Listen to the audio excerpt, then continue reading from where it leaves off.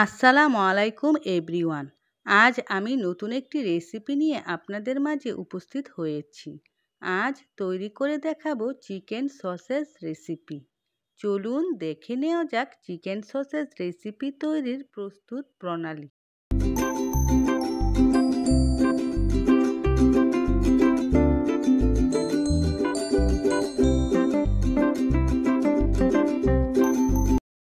এখানে আমি readymade chicken sausage এর প্যাকেট নিয়েছি।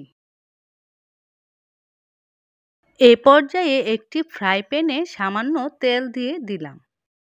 তেল হালকা গরম হলে চিকেন সসেজ একটি একটি করে ফ্রাই প্যানে দিয়ে দিলাম। চুলার আঁচ লো হিটে রাখতে হবে। এভাবেই সবগুলো সসেজ দিয়ে দিলাম। এ পর্যায়ে হালকা নেড়ে দিতে হবে। এভাবেই একটু পরপর নেড়ে দিতে হবে। সসেজগুলো ছিল চিকেন চিজ ককটেল সসেজ। সসেজগুলো আস্তে আস্তে ফুলে উঠেছে।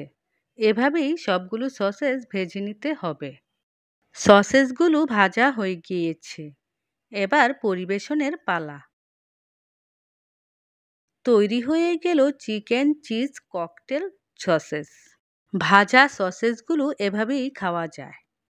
বাচ্চাদের টিফিনেও দিতে পারবেন। নুডলসের সাথেও পরিবেশন করতে পারবেন। রুটির সাথেও পরিবেশন করে দিতে পারবেন। এভাবেই যে কোনো সসেজ তৈরি করে নিতে পারবেন। চিকেন সসেজ, বিফ সসেজ একই নিয়মেই ভেজে নিতে পারবেন।